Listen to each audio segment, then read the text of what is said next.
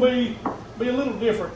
We've said on our Facebook page that we was going to be bringing some other people in, and a lot of y'all already don't know this fella here. Everybody knows the big ugly fella here.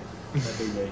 This little ugly fella here, Micah Marcum, most of them going to know him. So we just want to kind of do introduction, let everybody get to know him, and let everybody know kind of what Micah's been doing, because he does. Me and Channing mostly just pleasure hunt.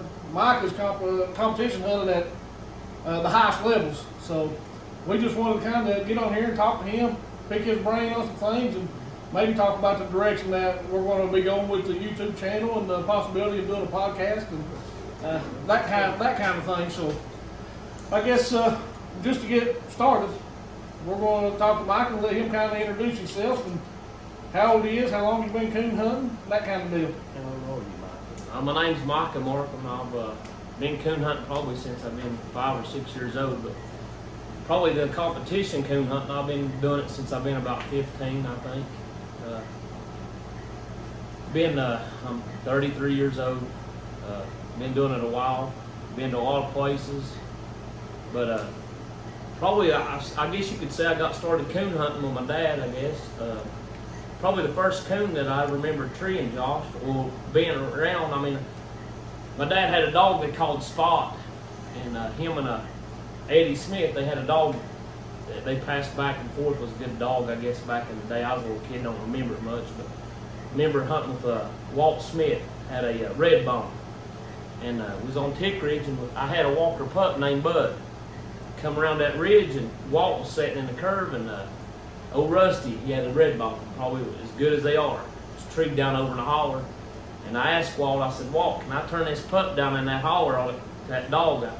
No, I didn't know nothing about this. He said, well, yeah, get that pup out there. Man, made my day. Well, made my night. Turned that dog down there and got to go down there. Dog, it's hard to say how long Rusty had been sitting there. We just pulled up and he went and turned my dog down in there to him. You know, I thought that's something, you know what I mean? Never would do nothing like that now, but went down there and shot a coon out.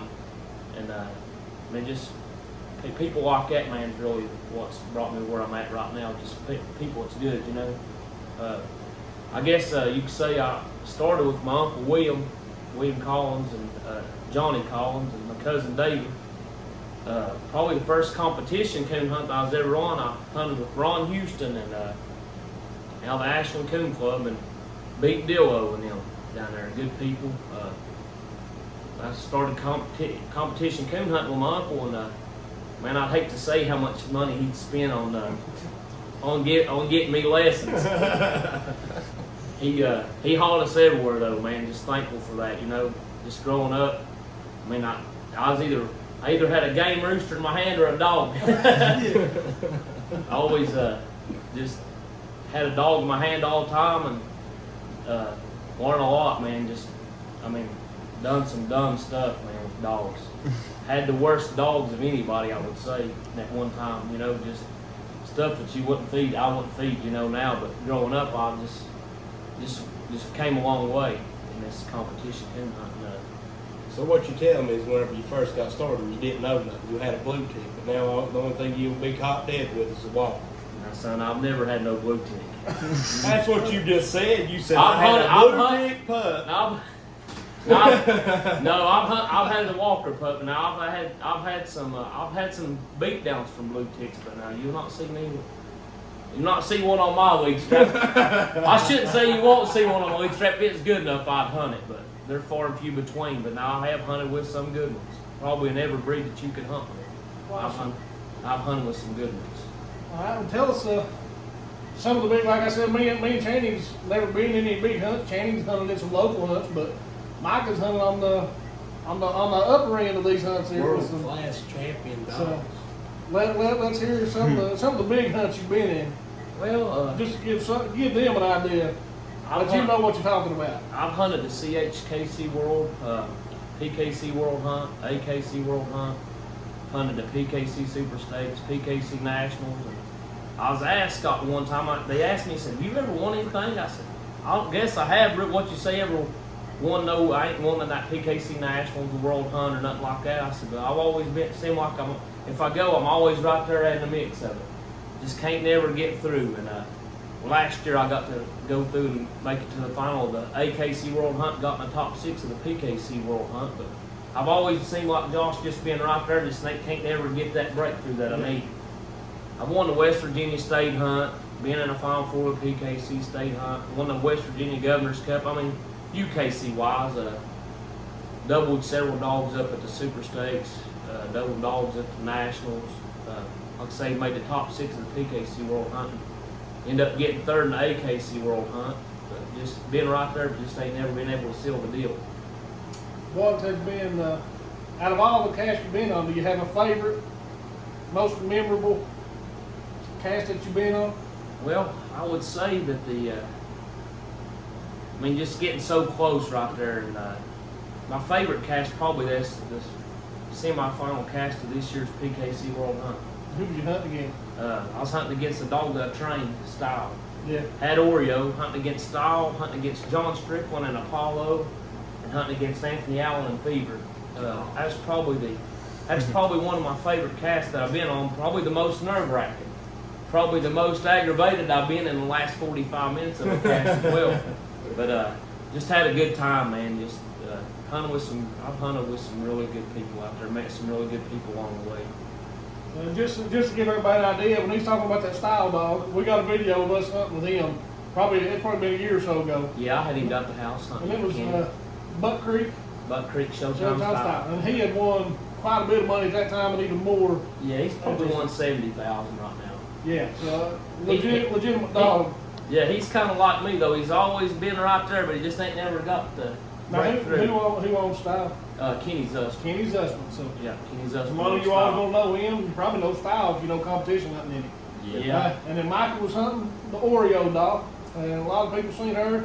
She's ugly as she can be. Oh, ugliest dog I think I've ever packed around. But she was a coon dog, so she would treat them coons. She sure would. Great meal. And then what was she out of? She's off a bushwhacker and a double bad habit bred female. Yeah, good. She was a good dog. When I got her, Josh, when they what it was, me and my buddy Jamie Painter, y'all might know Jamie, really good friend of mine. Me and him we was working together, and he's staying at the house, and we've been working a lot hunting, and he had had Oreo from Steve at the house, and we'd been hunting her there, and I'd had Happy Feet down. Me and Stephen Lab, we on Happy Feet, and a good friend of mine, Stephen Lab, went on Happy Feet, but we'd had Happy Feet down at the house, and I took him to the Super Stakes, and just in that car wreck, man, just never could really get fully recuperated, and Stephen, he got some infection. I took him back to Stephen's house, and Jamie said, "Why don't you get Oreo here and hunt her?" He said, "I'm going to get Coke back." His dog Coke 40, wipe out Coke 45. Our friend James Wright 40 said, "I'm going to get Coke back and hunt him at the World Hunt." And he said, "You can hunt Oreo." And I was hunting there, man. And first night, I said, "I'll see what happens." I just like when I go to a hunt, I want to be prepared. I don't want to be.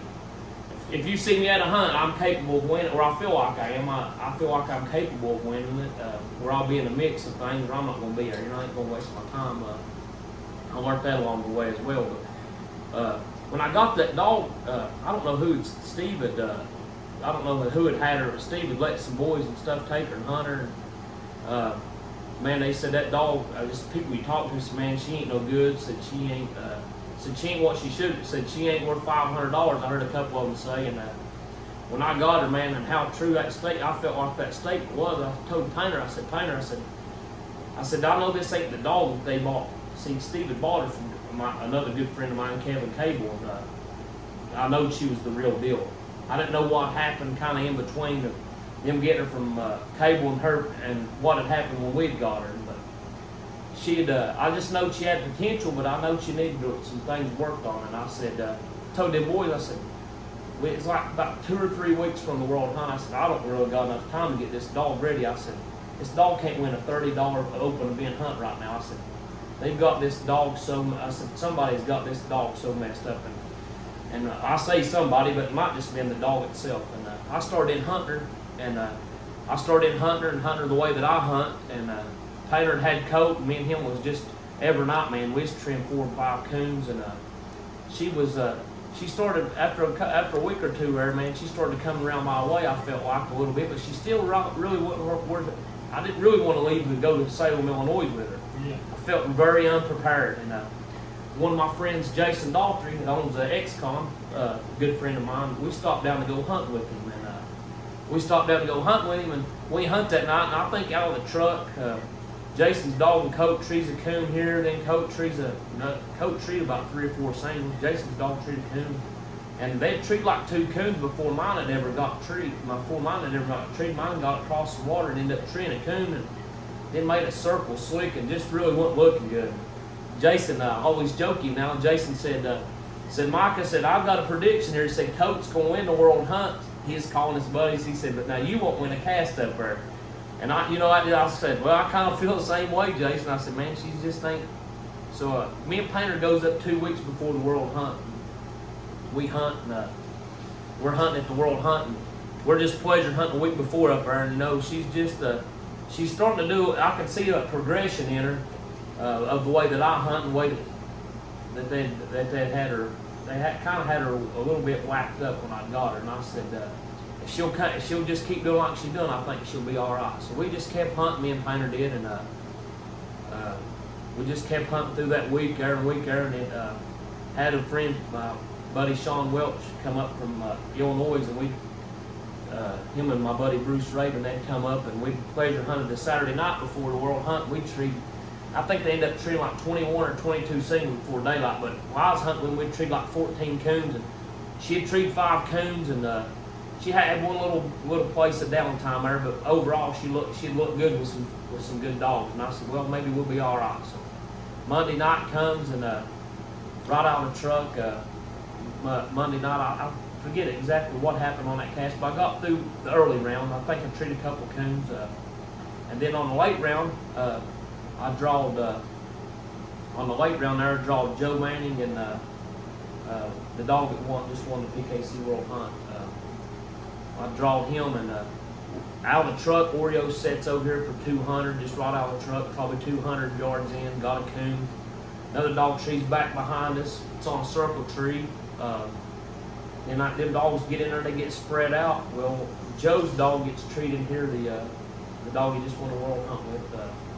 It's not Dom. No, it's not Dom. What is his name? Just won a PK. It's off of Mason, nice outfit. Anyway, that dog gets treated here. He's got a coon. Well, we get in here, we plus him up. I think he's got 125 on it. Well, English dog of, I think it's Ickenham's dog, Rainham's dog, gets treated here. Can't remember who was hunting. Anyway, I think it was a circle tree. And another dog gets treated back behind the cast. Well, I've been sitting over for a little bit, probably 6-7 tenths of a mile, end up behind the house, and I was treated behind that house.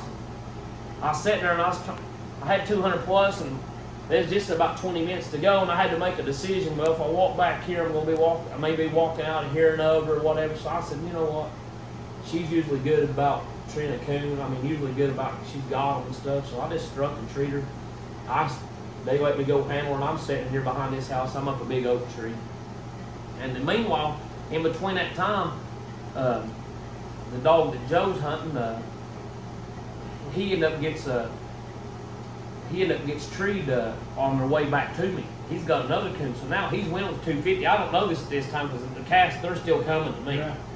And I know if I got a coon, I can't get beat. And they come over there, and I was on a circle tree. I had a thermal. I was in behind that house, and there's a lot of garbage and stuff along this ditch. But I had that thermal. I just didn't feel like she had a coon there. I feel like I could have found one. It's a big oak tree, but I just didn't feel like she had anything. And so Joe and them advanced. He ended up advancing in the world hunting. Well, Tuesday night, early round, right out of the truck, probably 12 or 13 minutes. Oreo's 1.2 treated across this field. Another dog's treated here for 200 on a den, and 2 dogs in behind it's got a coon. Well, Oreo's sitting down here, way in here, and we got to walk a long way to her. I'm struck for a quarter, treat for 100. Everybody's on the leash, so I walk them all the way across about 2 or 3 fields. Seem like just way over here. Get over, I got a coon. Well, we'd run out of woods there, so they wanted to grab the dogs. They called timeout. There's like 58 minutes, I think, or something left. moved us back down back down in a river bottom, and we cast them back loose, and I struck for 100, treed for 100 down here, and Van Cleek hunting the Northern dog and another dog. They're treed down here, and they're split from me. I'm on a den. I got 200 on a den. They're split, and they got another coon. So now I'm buried, and this guy just up and trees this dog across the field, and I'm sitting here. And I sit there and I always wondered, I said, but it ended up turning out the way that it turned out was in my favor. I said, he struck for 50. There's no way he can win. He just trees. Right. And I'm kind of glad that he did, honestly. And I'm sitting there on the weak strap, just know a beat, we just take off walking. I've got 125. I think they got 275. And I'm going to be going back in, Now that he's treated this dog, if we can get there and get back off, let's open the strike back up. But I just felt like I was going to be going back in for it. I said, well, the hunt's going to be over. We get in here, and I think that dog had a coon for 150, pretty sure it had a coon. We pull off there, can't remember exactly. We pull off there, and there's like 11 minutes to go. And we cast them dogs, and me and Van and Ryan standing there, and we cast her, and there's a bit long of a cornfield right here. Right on the edge of this cornfield was a big oak tree, and these dogs literally, all four of them goes right to the right of that tree. When they go to the right of that tree, she just dead stops. I see her right up on that tree, 48 yards from us. Yeah. Scream, just strikes. And I struck her. I said, Oreo struck, and I got to have. Now notice, I've got a tree of coon now for 200, and nobody else beat tree. And I struck her. And I struck her and treated her pretty well, and all in one breath. She sat right there on that tree, just never budged, man. There ain't even barking. I'm sitting here thinking, man, that's insane. And I know she can treat them kind of coons, but I'm just sitting here thinking like, man, something ain't right. You automatically think that them other three dogs just went by there. I said, something. I said, if she's got one, she's treated a layup. So we get over there and back up there, and we go shine, and there it is, it's balled up. So I got a coon for 200. Time we pull off that, their dog's opens in the country, but the hunt runs out, and that's how I get in. Well, the late round, I draw out with Scott Burden, Kenny Treesh hunting a bushwhacker dog, and Scott Ingles our non-hunt judge, and we turn them dogs loose, and they peel right, she peels left. They strike. I'm struck for a quarter, but when I'm struck, I'll just kind of peel plumb through there to the left, and about 8/10 of a mile, I'm treed. Well, when I'm treed, I'm sitting here showing treed on the garden, but just a lot of racket going on down here. This dog gets treed down here for 200. We go down there, and he's got a coon for 200. I'm struck for a quarter in a 90-minute hunt. And we've used an hour, and them dogs made some trees in there, and just made some trees. That dog ended up going back to that tree. Well, it ended up coming down to the end of the wire there, and we're walking, and Scott looks at me, he says, Mike, he said, I kind of feel like you ain't been part of this cast. I said, do you reckon? We laughed. I said, do you reckon? I said, I've just got the strike mine. He said, we'll tighten up back that way. Maybe you get to where you can hear yours. And I know that if we did, I'd be able to hear it. Well, we get over there, and I hear it, and I tree her over there. And Kenny's dog and Scott's dog gets treed back across the water. Well, the guy that's got 200 on the coon, his dog trees over behind the truck. Man, just sitting over a tree, just solid. And we're walking across this field, and I know this was a funny. We was walking across this field, and that guy says, man, I got a scenario. I said, you do? He said, if I strike and tree my dog over here, he said, if I strike and tree my dog over here, he said, if I got a circle tree, you can't win. I looked at him just serious. I said, man, why would you do that? I said, if it's slick over, I'm going to beat you. His wheels got turning. And you could tell he hadn't been in many competition hunts. Well, my goal walking across this field is to get my dog hound, just to get back off the lead strap. And when Scott walks across there, and that boy never says nothing. We get over there, and I got a coon for a quarter and 100 just up a little old tree. I pull back out in this gravel road. I said, Scott, where do I need to turn this dog? I'm not wanting this guy to tree this dog back behind me, because if I do, I'm on the lead strap now, and the hunt's done. Yeah. And I looked down on that Garmin on that bird's eye, and about 300 yards down that road, there's a little patch of woods. And I said, well, if she'll, and then there's about 600 across the field, there's one little tree line of woods. I said, you know, if I can just get, I mean, that's my only chance, you know. I said, but if he trees this dog over here, it's got a coon on beat anyway. So I flip her back loose, and she passes up I get to come back off the lead strap. Come back off the lead strap, and that boy, he played defense. He was going to make me beat him. So she passed up that woods, and I just kind of dropped my head. I just know that after she passed that woods up, they wasn't no woods for miles. Right. And I don't know if there's a coon in that ditch by that gravel road or what. And we turned back around. There's like 5 minutes left in this hunt, and she strikes. Scott said, listen up. I said, you got me, Scott? He said, I got you. I struck her. Man, and just a beeline across this field, just cranks across this field wide open. And that tree line over I was telling you about 600 yards over, she just dies treed. When she come treed, she was treed probably about 2 minutes to go in the cast. And I just kind of look around. You start playing scenarios through your head, what you're going to do and what you ain't going to do. And it is what it is at this point. And Scott says, y'all get your all stopwatches ready, because he knows, you know what I mean, he's been in this a long time. He knows what was coming down. And we get down the wire, and I said, you know what, I was going to wait till the last few seconds and then tree, and hopefully he wouldn't tree, but I said it's not going to work out like that. So I just went ahead and treed her. But when I treat her, he trees in behind me. So Scott's got to go back over here to Kenny and them, score him, and then come back to me, and then we got to go to him. So they come back over to me, and I got another coon, so that gives me 250. Now the hunt's over. Now we're going to score him. If he's got a coon, I'll lose anyway. We went over, and he was on a big tree on the edge of the field, and circle him up. And when we circle him up, I win the cast, and that puts me into Friday night. And Friday night on the quarterfinals, I draw Greg Maynard, another good friend, hunting the No Gamble Jed dog, and I draw a couple more guys, good guys, Jeff Wilson and them from down in Kentucky. I always hunt good dogs. But I'm hunting down there, and we strike, and I think I'm struck for 50 out of the truck, and me and Maynard, their dogs together, they're running up there, and mine just unglues tree. I tree her, Maynard trees in behind me. We both got 150. Well, we walk in here, these dogs on this persimmon tree. Well, there's a possum in this persimmon tree, there's a possum to the right of it. And automatically the other handlers is thinking, man, they've treated a possum, you know what I mean? And I, you know, just knowing coon hunting, I said, man, they run that too far for them to have a possum. And I said, they run that track too far. And James Perriman was a good guy, was our judge. And I said, they run that track too far to myself. And I got that thermal out, and right in the top of that persimmon was the coon. Yeah. So it plussed me up there as a break I caught. You know what I mean? It could have been another way, you know. If we don't find this coon, this persimmon tree, wind up, I get cast back off there, and Maynard gets treed again, and Maynard treed again in here, and Oreo gets treed over here back behind the cast, right at the end of the cast, and go over and she's got a coon. I'll win that cast. And go to this cast that I was going to tell you about was when I drawn Style, Fever, and Apollo.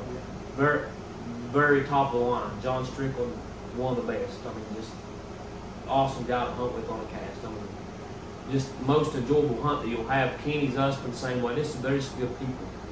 Cast these dogs loose, and Fever and Oreo trees a coon together, just pow right out of the truck. Style, he just typical, you know, Style. He's getting away from him. He just blows out of pocket. Right. And we walk in here, and Paulo struck for 100, and he's trailing in by us. And he trails right through the cast. I mean, he's trailing right through the cast.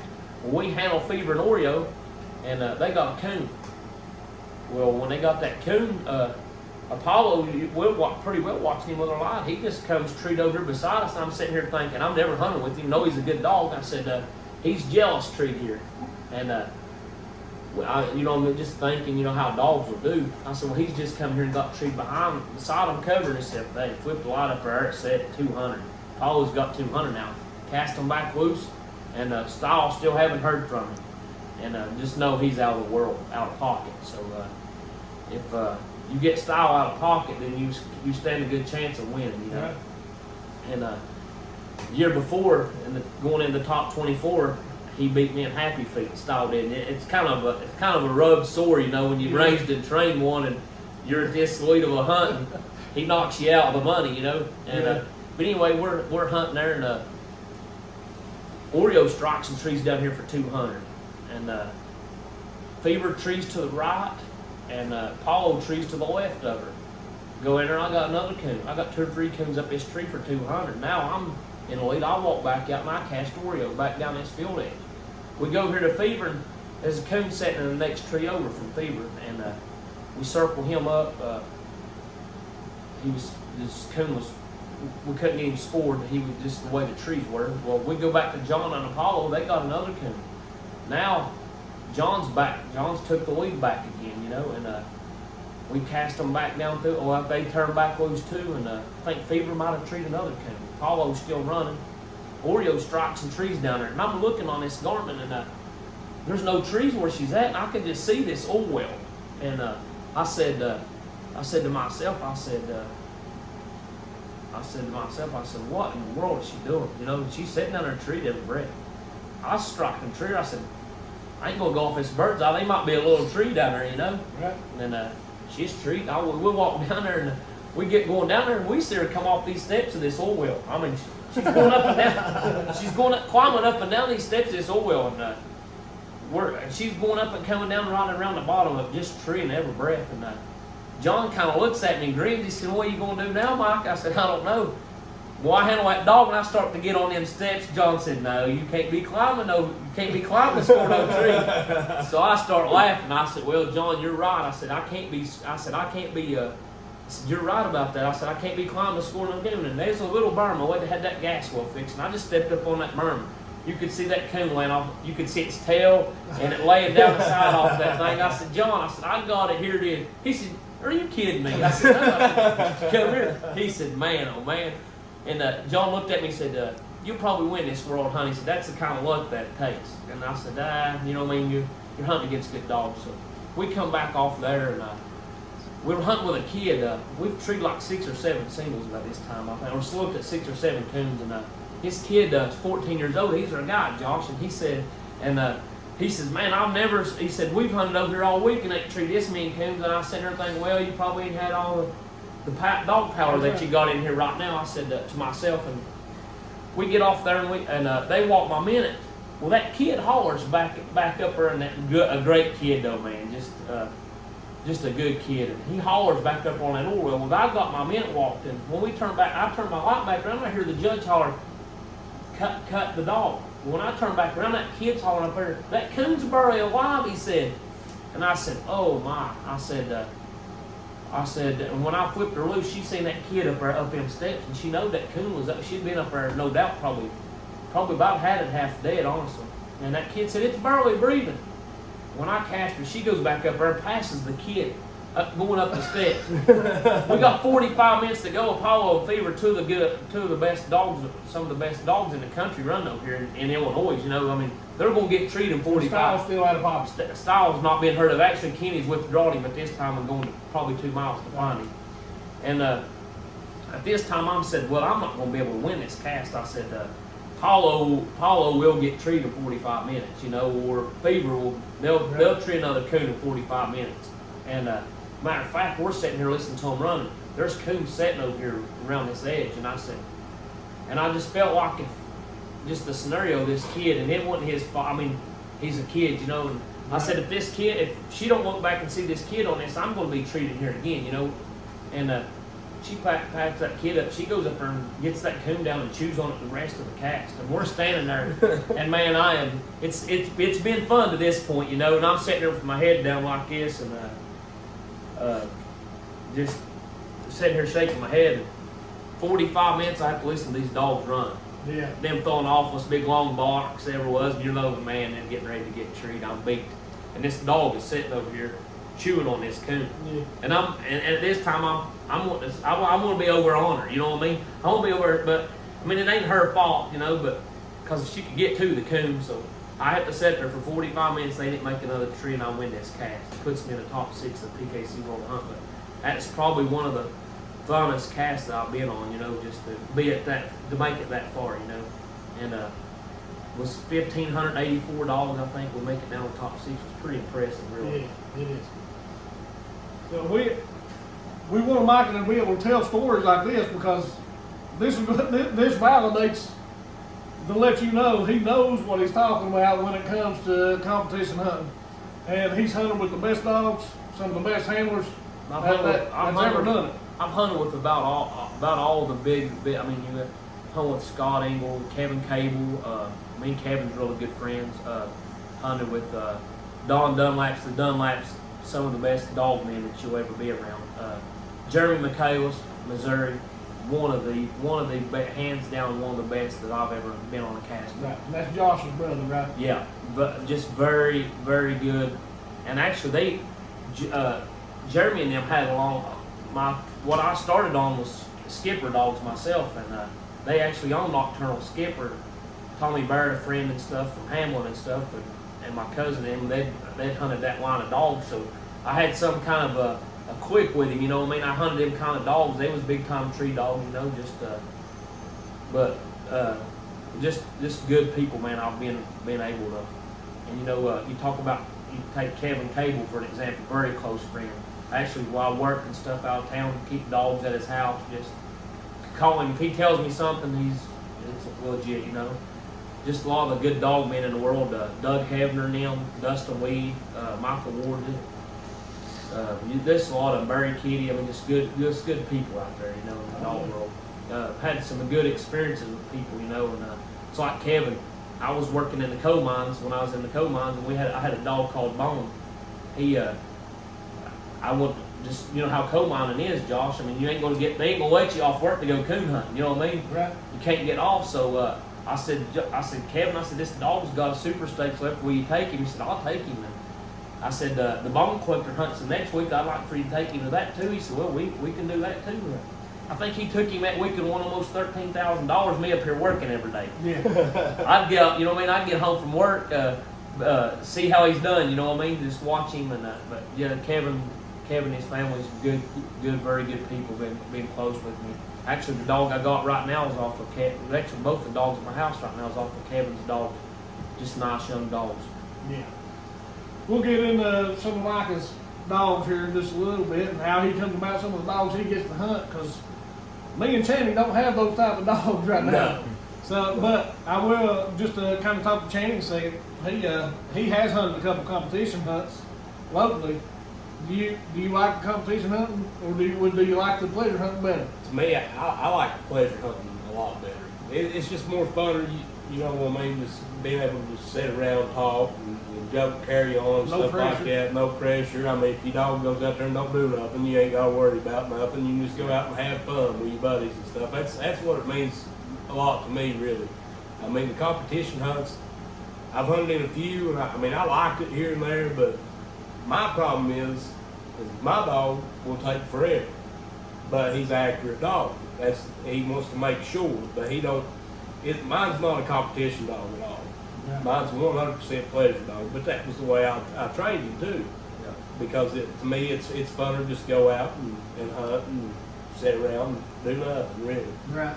So it's a lot funner for me to pleasure hunt and competition hunt. Right. So, well, we've kind of talked about, and Micah talked about when he first got Oreo, that something was off. She didn't hunt exactly the way he wanted her to hunt. And Channing just talked about Max, that he had to train him to hunt the way he wants, and that's part of what we want to do. Just having these conversations. If we got to do this once a week or once every other week or something like that, that's what I want to kind of get into with us, is different ways. Every dog's different.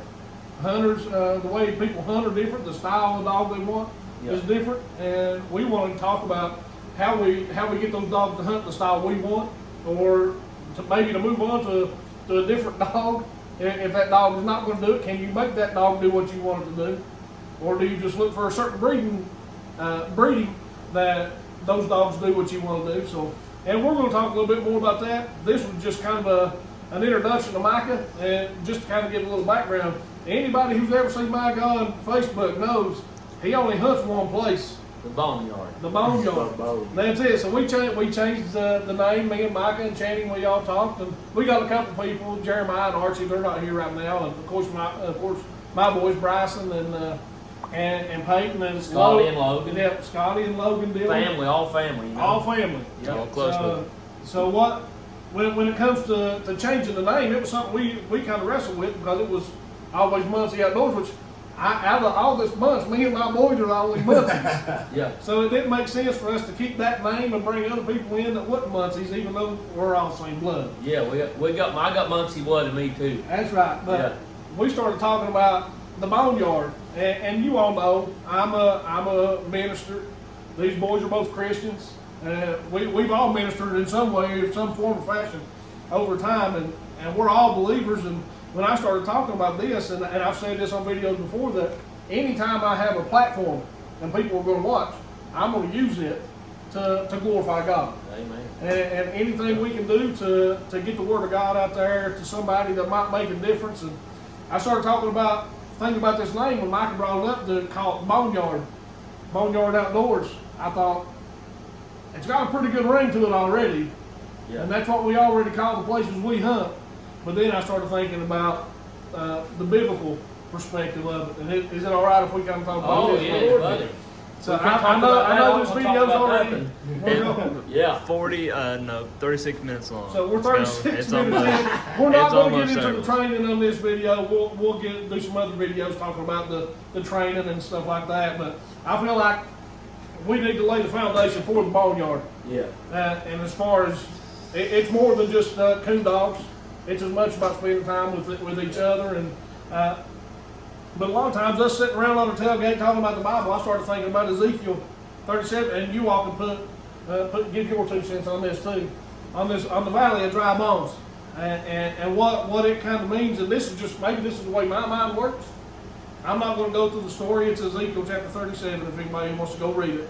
But thinking about that Valley of Dry Bones, how God spoke to Ezekiel, and he showed him this Valley of Dry Bones, and he said, go prophesy, go speak to these dry bones, and see, we've been made alive already.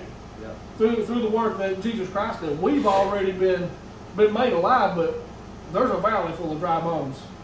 Everywhere you look, there's a valley full of dry bones of people who haven't experienced what we've experienced, haven't been made alive. We were all dead in our sins and trespasses, just like anybody else would. Because God sent somebody down into that valley and drawn us out and spoke to us, God brought us all back to life. And I want that to be the goal of my life more than coon hunt, more than anything else. Is I want to be willing when God tells me to go down into this valley and to speak to these ones who haven't been made alive yet. I want to be the one that's willing to go. And I know you all have that same heart. So that just part of the whole Boneyard thing. If you all got anything else you all want to add as far as that goes, or as far as that direction that we want to go, feel free to add it. Yeah, you know, when Josh, you're talking about God, and without God, man, we'd be nothing. That's right. I'm thankful that God saved me, you know, backsliding preacher, but God made a way. And, you know, you talk about, none of my life would be possible without him. You know? No, that's right. Hunting these dogs and stuff, and I was telling my buddy Harold, we was hunting last night, I said, through every bit of this, none of this matters. My opinion of a dog, honestly, does not mean it. And when you look at it in this perspective, it doesn't mean anything. And yeah, I still learn every day that I go hunting. You know what I mean? And I've been doing it a while, but I'm still learning. You know what I mean? I still take direction from people, and you know, if you can't have an open mind, then I kind of feel like you're going to be stuck in a place sometimes. And if I won't have an open mind with these dogs and stuff, like you say, and I won't be where I'm at right now, and it's all made possible by what God done, you know, and seeing His Son on a cross of Calvary to die for us. And that's the main thing right there, spreading the gospel of Jesus, you know. And like I say, it don't matter how many, you can win every world hunt that they can matter, but at the end of it, when it all comes down to it, you better have your name in that book. That's right. Book of life, you know, and that's what matters, is having your name written down in the book of life. And these dogs is just something that we enjoy and get to do, but is it everything? No, it's not. And, but what is everything is Jesus and what He done on Calvary for us. And we don't want to portray it like these dogs are everything. It's just something we get to enjoy. Yeah, we're just blessed something to get to enjoy. So this is the main thing. This is the main purpose of everything I do. And if it's not, it should be. I slip up. We slip up. We mess up. Man, we make mistakes all the time. But Exactly. that's what makes us able to sit here and tell you that God is merciful, that God is gracious, that God is forgiving, that God loves us even when we don't deserve to be loved, and not to ever look down on anybody because we were there too. Yep. You know, We've been there. you talk about this, and I was at the zones, the UKC zones, and man, this is touchy a little bit, you know. And I'm hunting dog for Pastor Ken, you know, Ken Allen, and very like a dad to me, and Eddie Darnell, another good friend that goes to church with us. He's a deacon at our church, and we're down in Michigan, I think it was, and man, this dog's through here, and I got to get hunt's over, we're in timeout or something. I got to get to this dog. Just really struggling in my life, man, and man, just really I've been struggling, just kind of in a valley, like you said, valley drive, but just really in a valley. Right. And this dog's about 2 miles in here, Chang, and I'm walking in here, and you say God won't show up. I walk in here, and out in the middle of this field, there's a cross. Yeah. Standing in the middle of this field, man. You talking about touching. Yeah. I broke down right then, you know what I mean? Just things that was going on in my life that I was dealing with, and just to see that cross, knowing that He's still there, you know. Mm-hmm. Man, that was a touching experience there, to be out in the woods with dogs. And, I mean, it was like it. I mean, I always question myself as why somebody would have a cross 2 miles in the middle of nowhere. You know, man, I'm back in this block of woods, and there's not a house in forever. And for this cross to be standing here out in this, man, it was like, I always question myself if I went back in there today, would it still be there? You know, it's kind of like, I just feel like it's kind of God just placed it there, you know. And but now it was definitely a touching experience that I experienced there. And man, he'll be there for you when nobody else will. Right. He'll show up when nobody else will. No matter if it was how long that cross would be in there, no matter if you go back and it's there, it was meant for that night. Yep. So that's what it was there for. Chang, you got anything else you want to add on that? They've been a lot of nights that we've turned dogs loose and just sit on the dog box and look up at the stars, and you think about Abraham and stuff like that. And God said you count the grains of sand and the stars in the sky. Yeah. And I mean, coon hunting to us, I mean, it's not just going out and turning the dogs loose and listening to them bark, because 95% of the time, usually if we're pleasure hunting around here in the boneyard, our dogs go out to where you can't even hear them anyways. So we just sit and we drink coffee and talk about Bible and more so to me, that's more exciting to me than listening to a dog bark, because my dog might bark, but I'll be honest with you, my dog might not have nothing. It's hard telling. Yeah, that's And so, I mean, you got to take the best with it. So to me, it's more funner to sit around and talk Bible than to listen to a dog. Yeah. I mean, you get enjoyment if you got a coon and stuff, but I mean, still, that's the moments of that I'll never forget. I'll forget if my dog treated a coon tonight or tomorrow. I'll forget about them.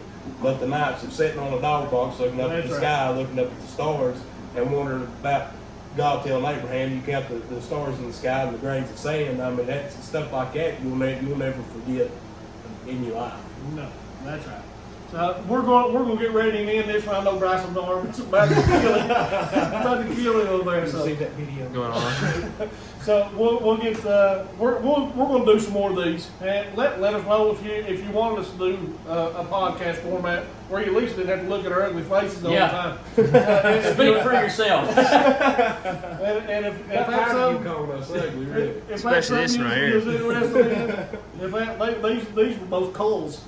Somebody called both of these. I'm going to take them both. We're all family, though. They can't get away from that. So, like we always say, if you all want us to keep doing this, let us know. We'll put some more up. You got your introduction to Micah. He's he got his credibility. You know, he's hunting at the top of the line with the top dogs, top handlers, and it had his name right there with him. They know him too.